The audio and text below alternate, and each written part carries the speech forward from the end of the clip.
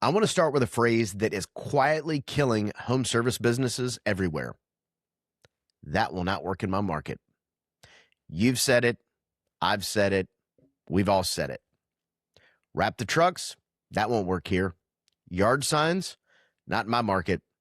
Charge premium prices in a small town. No way that'll ever work. And today's guest I'm talking to, he believed every single one of those things. His name is Ryan St. Mitchell, and he runs Grove Mechanical in Crookston, Minnesota, a town of only 7,200 people. 9 years ago, he bought that company from his uncle. There was 5 employees and about $1 million in sales. And honestly, he was in a race to the bottom. He was trying everything to be the cheapest guy in town. Today, he's tripled that business. Average ticket is higher than his competition. Every single thing he swore would not work in his market is now the reason he's winning. So before you talk yourself out of your next big move, listen to how Ryan talked himself into his. This is Freedom Blueprint Podcast. Let's get into it. Welcome back to another episode of Freedom Blueprint Podcast. We're hanging out today with my buddy, Ryan St. Mitchell, out of Crookston, Minnesota, with Grove Mechanical. Ryan, what's happening, man? Hey, Justin. Thanks for having me. Shoot, yeah. It's cool to have you on. I know you listen to the podcast. I know that you and I have known each other for a couple of years, and I have gotten actually the privilege to work with you kind of on the front lines a little bit in your business. And it's been really cool to watch your growth and your development. I will say for anybody listening, when I think of someone who implements and executes, your name comes to mind, my man. I appreciate that. I feel like we implement at a snail's pace around here, but you don't. You're fast. And I think it's part of your personality. You're definitely a go-getter. I mean, what time do you hit the gym in the mornings? yeah, typically between 3 and 3:30. Yeah. So, and that's AM for those listening, not PM. I mean, there's a lot of, I just don't want to be ridiculed by the other guys that have to check in at 4. So there's a lot behind that. Hey, listen, accountability is one of the greatest, ethical bullying there is out there. And it's interesting what happens when you have just a couple of people that you're in a group chat with. If they're doing good and, really pushing you to do better, it's really cool to see how that helps drive you. Cause now you're like, well, I got to be up because I can't be the last one on the text message thread when I'm at the gym. So, but still that takes a lot of commitment, man. It's been a lot of fun. We call it motivational bullying is what I call it. Yeah. But yeah, that fear of being the last one to check in is not, it's a real thing. So, cause with AI and just personalities, it's amazing how you can shame somebody. Yeah. Yeah, that's very cool. So, listen, today I want to get a little bit specific on a process that you guys do that I think is different and better than what most companies do. But before we get into that, tell us a little bit about the business as it stands right now. Obviously, we know you're in Minnesota, but what's the business look like now? Yeah. So, we bought the company 9 years ago from my uncles. We're a third generation. And when I bought it, I was a technician and an installer. I did sales. And I thought that's what it took to run a business. And then I found out that's not what it takes it's what it takes to run a business and stay at the same size. But to try and grow a business and become a little more successful, there's a lot more that goes into it. So we were fortunate enough to find a best practice group and that's how we found you, Justin. It's been amazing. It's been a lot of fun to grow. The retention is probably the biggest thing that we've noticed is since we've been working with you and other people, technicians stay longer, and they're happier. But so there might have been a problem there. And it might have been me. So it's been a lot of learning going on. So. Well, and good for you for looking for help, and then even better for you for learning and then taking that information and implementing it. Because that's what I'm saying. That's the piece that most people miss is that implementation part. Like it's great to learn things, but if you don't do anything with it, then it's kind of all for naught and a waste of time. And so listen, 9 years ago, you bought the business. What did the business look like in terms of size when you bought it versus what it looks like now? Yeah. So when I bought the business, we were roughly $1 million sales, end of the year, 5 employees. Since we bought the business, we've tripled that along with profits. And then we're at 14 team members now. So it's been a slow, steady growth. You know, you add one, you lose one. But it's been a steady growth and it's been a lot of fun. Yeah, and you guys have, again, like I said earlier, you guys have got a pretty amazing process when it comes to sales, and I wanted to kind of dig into that a little bit, to kind of give the audience some idea on. I think it's easy in business to get in that rut of this is just how we've always done it, and this is just how everybody else does it. And again, I think you guys have a unique sales process. So if anybody's in your area, they can go ahead and turn off the podcast now and not listen. But everybody else should definitely listen and pay attention. No, I appreciate that. It's been a process that's always evolving. So yeah. So walk us through, before we get into the nuts and bolts of what the process is. What happened for you guys to even start to think of running a sales process the way you do? Because obviously when you bought the business, this is not the process that was happening. But now you guys have seen amazing success with it. Your average tickets have gone through the roof. It's higher than most companies' average tickets. So what spurred the idea, or where did the idea even come from to start selling this way? You know, I would say it came from desperation is where it came from, to be honest. I was thinking back and I remember we would email quotes. We would mail quotes to people. You know, we type them up, hand them out. And I remember one, I can tell you the exact house where it was. I dropped the quotes in the mailbox to the lady. She called me the next day and she said, yeah, I have your quote, but why are there two different prices on two different sheets? And I went into panic. You know, so I realized that when we're doing that, you're not in control of the situation. So we have to have a situation where we're actually in control. We have to have a home field advantage where there's no UPS man knocking on the door. There's no dog barking. There's no kids crying. There's no phone ringing. So really it came from desperation. I bought a company for more money than I ever thought I would ever. It was the biggest check I ever wrote. And then now, how do I differentiate? Because we were in a race to the bottom. I hear it all the time. We were trying to be the cheapest company in town, you know, beat everyone to the bottom. And then I had a salesman, my Lennox TM, which I'll give him credit for this. He asked me, why don't you try selling higher end equipment? And I said, we're in an old community.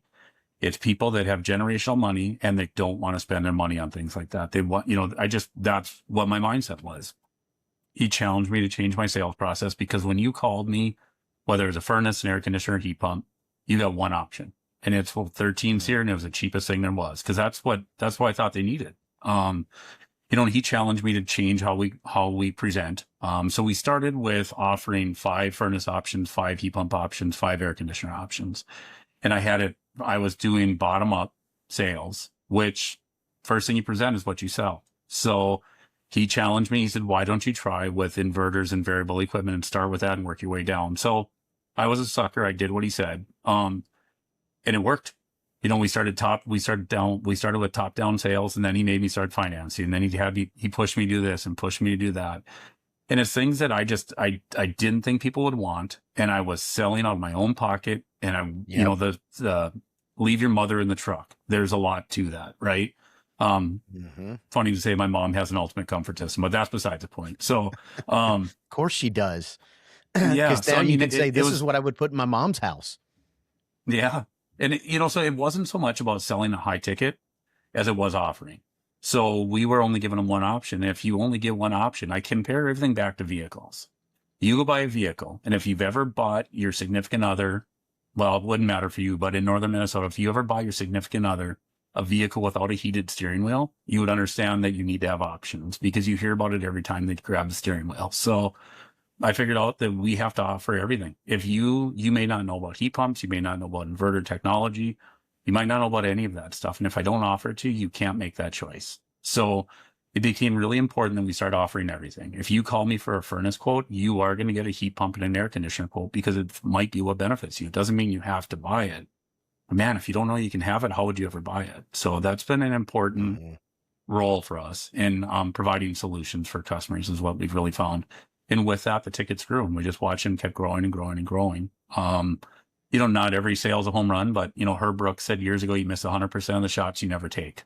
And we were only taking one shot per game, and it just wasn't conducive to a successful business. So for us anyway. Well, think about business too, right? So if you're giving one option to a customer, essentially you got a 50-50 shot, where if you're giving them multiple options, just based on percentages and numbers, you've got a better chance of being able to help that customer than you do with one bottom of the barrel system. And I think that's a challenge a lot of technicians have in selling, is they sell as if they're the customer. And at the end of the day, no one's telling you to make a customer buy a high efficiency system.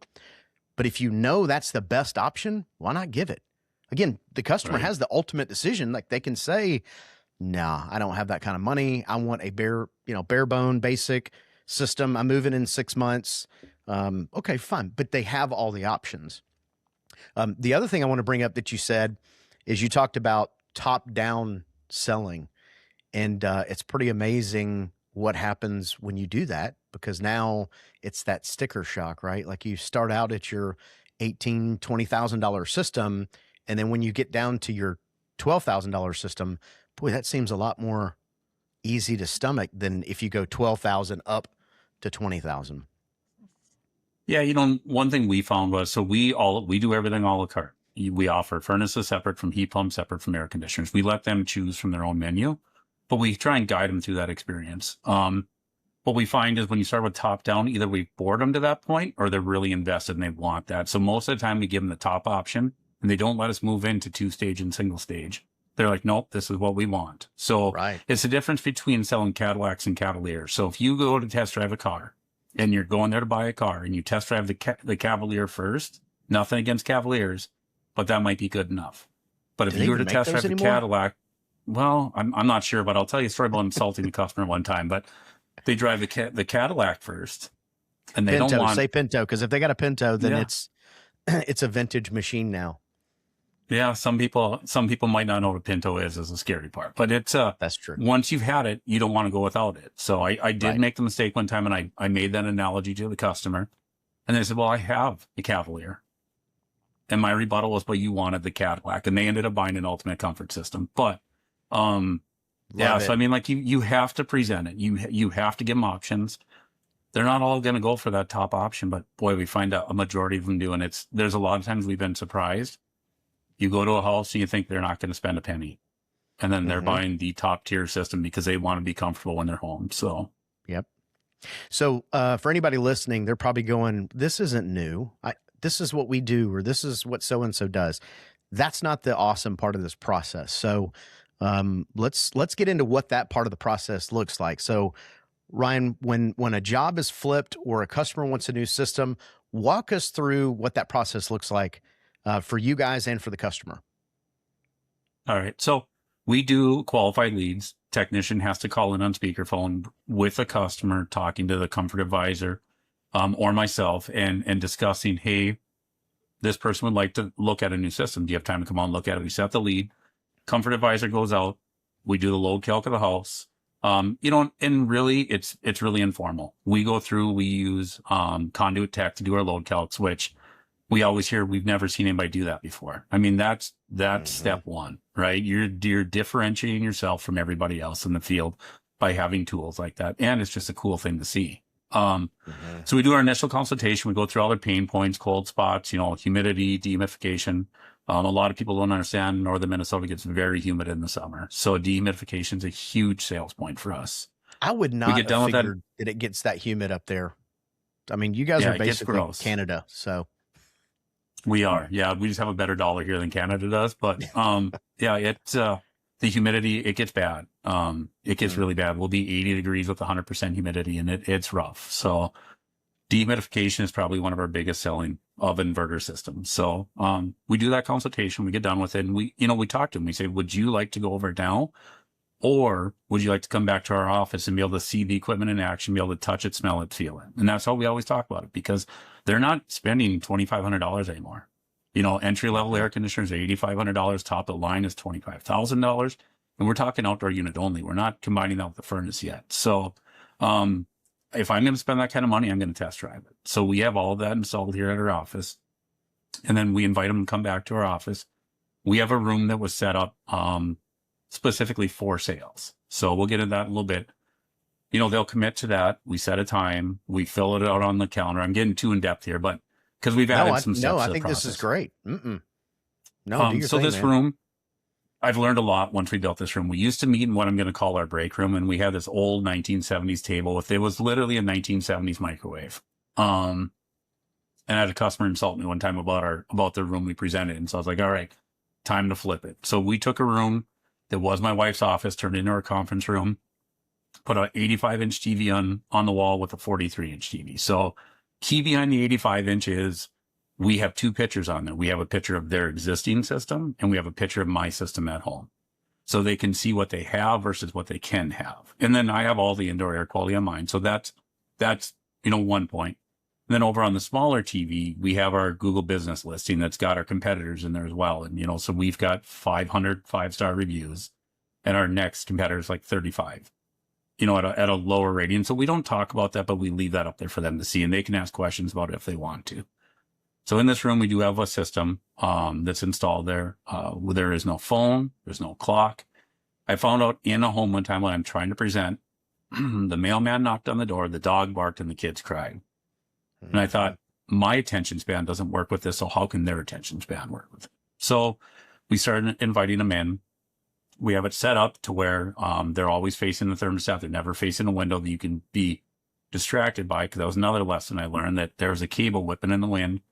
Sold the system. The customer said to me, that's really distracting out there. I mean, you got to pay attention to the cues they're giving you that fix everything in the surrounding, because you're the only way you can win is on the best way to increase your chances of winning is on the home field. So we've been using that for years. It's worked really well. We've generated, nice tickets out of it. And my wife said to me, she goes, I want to change something. She goes, I want to include chocolate chip cookies. And Justin, I love chocolate chip cookies, but I didn't think that was a good idea.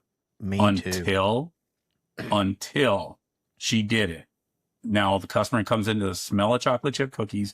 Might be folklore, might be fact, but I swear Marshall Fields had a study that said during Christmas, they would pump the smell of chocolate chip cookies into the ductwork, and it would increase their sales by 20%. I don't know if it's true or not, but the first time we did cookies, my salesman closed a $47,000 system upgrade to brand new customers. So I believe in cookies. It's a $5 investment. We're going to do that every time. So we're really trying to create an experience for people that nobody else is going to create. Now, there's money that goes into it, but it's well worth it when the larger tickets are coming in, because people are comfortable. We're trying to make it as comfortable as we can, almost as comfortable as it would be in their own home. So something that you mentioned earlier that I think is a fantastic point is home field advantage. And you're right. They're coming into your home, which is nice because now they get to see how you guys operate. They get to see the team. They get to see the facility. And again, you guys are not a 500 person operation. It's less than 15 people. So for anybody listening who's like, man, I can't wait to be a huge company one day to do something like this. I mean, how many people did you have on the team when you guys started this process? 6 or 7, I believe. And it was, like I said, everything's out of desperation. We were just trying to figure out how to pay the bills. Yeah. I mean, that's the mother of all skills, necessity, right? So, and then with the chocolate chip cookies, I mean, realtors, that's a hack that realtors have used for years. And they say it's because a customer feels at home. So, right. So they're comfortable, they're at home. Whether they eat the cookies or not is really kind of irrelevant. But Ryan, I got to ask you a question. Is that why you get up at 3:30 in the morning to go to the gym? Because you're mowing down on cookies all day? I'm trying, because 2 cookies a day does add another notch to the belt loop. So yeah, I got to put an extra mile or 2 here just for cookies. So it's worth it. That's why I work out, so I can enjoy the cookies. So that's awesome. So did you guys do any tracking? And I know the average ticket went up. I don't know if you tracked it enough to know how much the average ticket went up or how much the close rate went up. But I'd love to hear any of that kind of information that you have.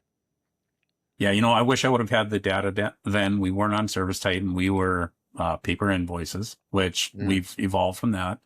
So the tracking was tough. When I was doing sales myself, my close rate was roughly 85%. Now that's an owner selling, so that's a little bit different. But Right. Our salesmen now, right now we're in a lull because we have no heat. So we're still producing leads. Just a lot of people are thinking about it. You have 90 degrees overnight and people can't sleep. There's no thinking about it anymore. So we're playing with that right now. So we're doing a lot of outbound calling, trying to correct some of that, but it's definitely a learning process. Someday I'll be able to figure out that data. Just today isn't the day. As far as the old, what we were doing before. Even if you don't know the exact data, you still know when you started doing the process where you were sales wise, and it wouldn't take you much to figure out what your sales is now. And I guarantee you it went up significantly, even if you don't have the data yet. And I'll be willing to bet you guys are going to plug your old data into your new Service Titan and be able to pull all that data out. But it's a pretty awesome process that you guys have built for customers to come in. Now, what percentage of customers do you think, or not do you think, but what percentage of customers actually come in the building for the presentation? Or any of them like, no, just give it to me now so we can keep moving? Yeah, so I would say we're at about 95% that want to come in and sit down and have this meeting. That's incredible. But we have to offer it. If you don't offer it, they're not going to come. I mean, we have people that'll drive 40 miles to come and look at equipment because they're 20 miles west of us and their lake place is 20 miles east of us. So we're right in the middle, but they're making the drive. They'll go home, then come back just so that they can look at the equipment. But a lot of it, it's not, we don't just talk equipment. I had a sale back when I was doing sales, customer came in, we've never dealt with them before, sat down, we talked about their equipment for roughly 15 minutes. And the next 3.5 hours, we talked about diesel pickups because my diesel pickups in the driveway, and that's just what he wanted to talk about. And I was fine with it. And my wife did say that she was going to knock on the door because they hadn't heard from us in a couple hours. And that was before the cookies. But, in the room, we have a refrigerator that we have drinks for customers. We try and make it as comfortable as we could. If I could put a cell phone jammer in there and feel comfortable about it, I would probably do that just to keep any disruptions out of there. But I'm surprised you have not done that. No, I don't want to block an important call that they might have to take. Yeah. So there's that side of it. But the more distractions you can eliminate, we're planning a move in the near future. That's the first room I planned out was my sales room. There is going to be a gas fireplace in that room because this one doesn't have that. My new one, we sell gas fireplaces. My new room will have that. I do want a child play area. I just want to make it as easy of a transaction for a customer. And I don't want to call it a transaction, but of an experience as we can for them. I think experience is the right word for sure. Yeah. Because you're way past you're not being transactional. I think that's the big competitive advantage that you're creating in that whole environment is it's not transactional anymore. They're getting to come see the people that they've talked to on the phone, and they're getting to see where the building looks like. And I just think from a customer standpoint, it just gives them a sense of trust, right? It's not a Chuck in the truck. No offense to anybody named Chuck who's right now listening in a truck, but you're not giving them that experience. They're going and they're seeing a professional building full of people. They know they can trust you, and they know if something's wrong that you're not going to be gone in 6 months. And I think that's a huge advantage that you guys have created. And that's one thing that my comfort advisor, he did that I never did, and I regret not doing it. But when a couple comes in, and we always want husband and wife together, we will schedule a call at 8:00 at night if we have to have them both there. But he introduces them to our CSR, to our dispatcher, to our bookkeeper, who's ever in the office, he introduces them to. I'm just thinking, man, I wish I would have thought of that. I just didn't. And I really regret it because now you're putting faces with the voices that they're talking to all the time. A lot of it comes back to, I was that guy that won't work in my market. I'm in this little market of 7,200 people. Wrap trucks won't work. Yard signs won't work. Mailers won't work. None of that will work. And I hear it all the time when I talk sales with people that won't work in my market.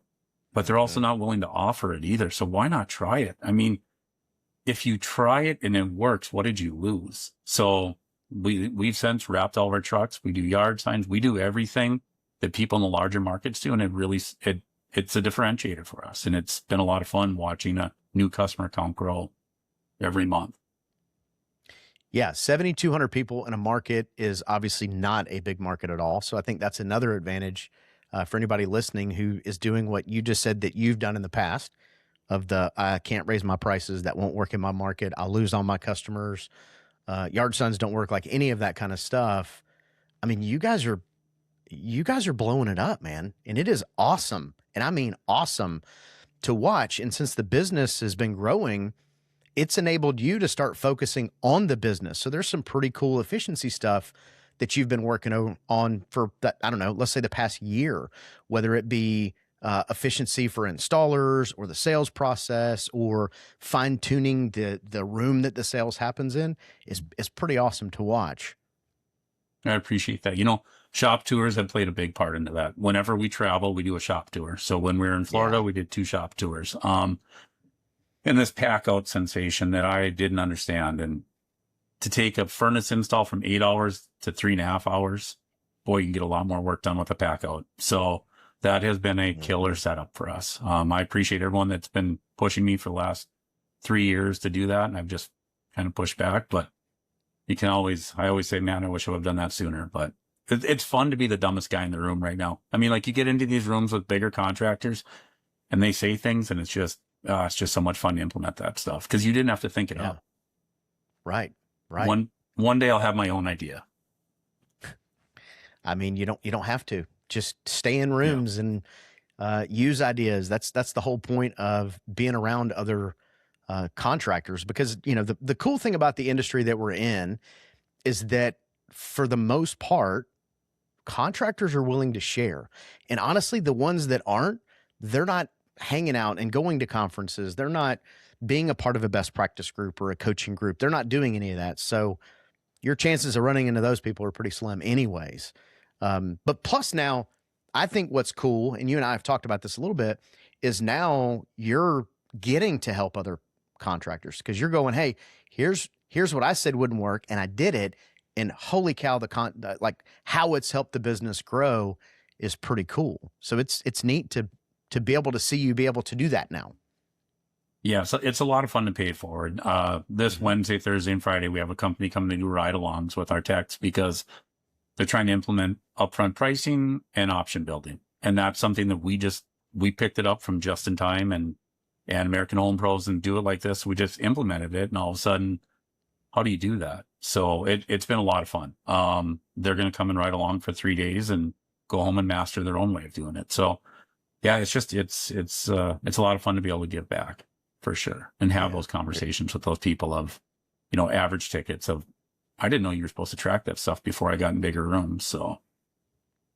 And now when you track it, you're like, okay, well, now I see a problem and now you know what lever to pull. I think that's the biggest thing is for contractors listening. If you're not tracking any KPIs, you don't know what lever to pull.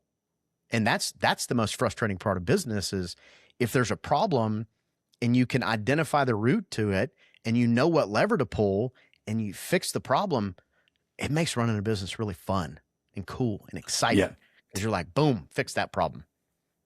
Yeah, to be able to see those results. I mean, truthfully, before I joined the best practice group, I couldn't spell KPI, much less know what it means. So to be able to watch that now, you know, and the power of CRMs out there makes it a lot easier. But to be able to see that, hey, we need to train on this week because the techs are struggling with it.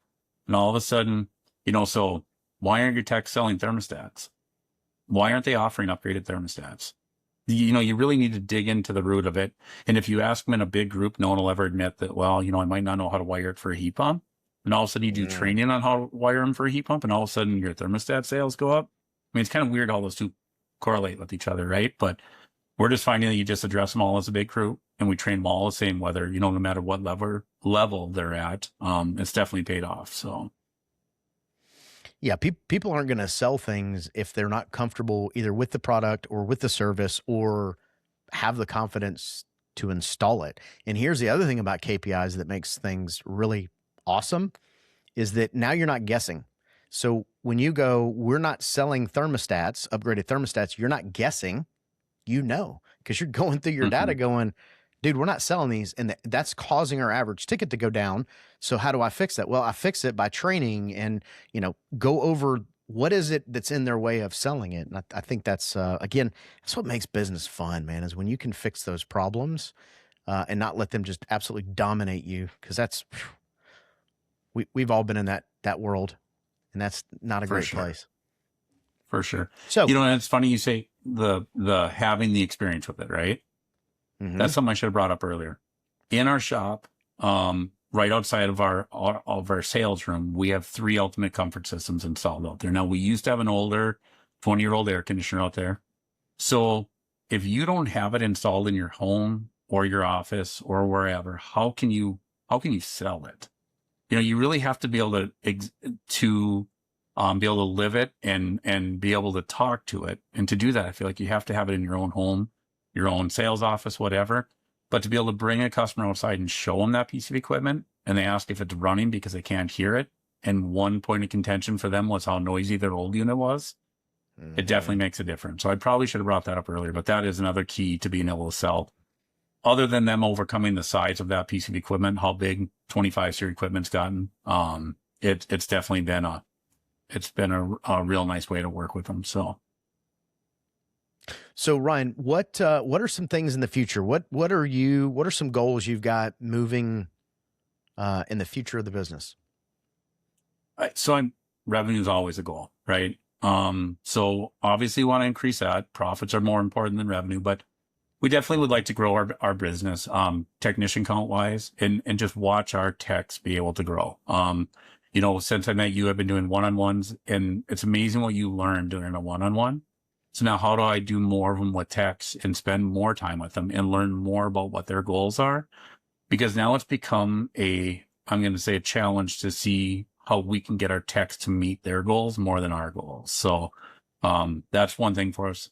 More team members, a new location that we already own the building. We just need to do the remodel. That's something that's on the horizon. And then be able to have that middle management to buy back more of our time. That's been one thing for us, that we've been able to take more vacations, since we shouldn't call vacations, they're more work trips, since we have grown. But how can we add more middle management so that when we're gone and we come back, it's like we were never missing in the first place? So that's something that we're definitely working towards today. So, I mean, that's the way to make your business more profitable, is it shouldn't need you. Like that's the goal. People are like, oh, but if my business doesn't need me, what do I do? Go do something else. Who cares? Like, build the business where it doesn't need you, or build the business where you get to do what it is that you love to do in the business versus, putting out the fires. Cause that seems to be what, owners usually revert back to, is like, oh, I got fires to put out. How do I put out all these fires? And they don't get to do what it is they actually enjoy doing. Yeah. Now we put out dumpster fires instead of forest fires. So there's smaller fires that we're working on. There's still fires, but there's less of them. Sure. So yeah, it's been a fun progression for sure. Yeah. Very cool. Ryan, I know you got a business to run and a business to grow. So man, I appreciate you coming and hanging out with us today and telling us a little bit about the sales process. Again, being able to work with you over the last year and some change, it's been really awesome to watch you guys grow and implement. And the sales process is it's something unique. So thank you so much for coming and hanging out with us, my man. Yeah, thank you for having me. It's been great.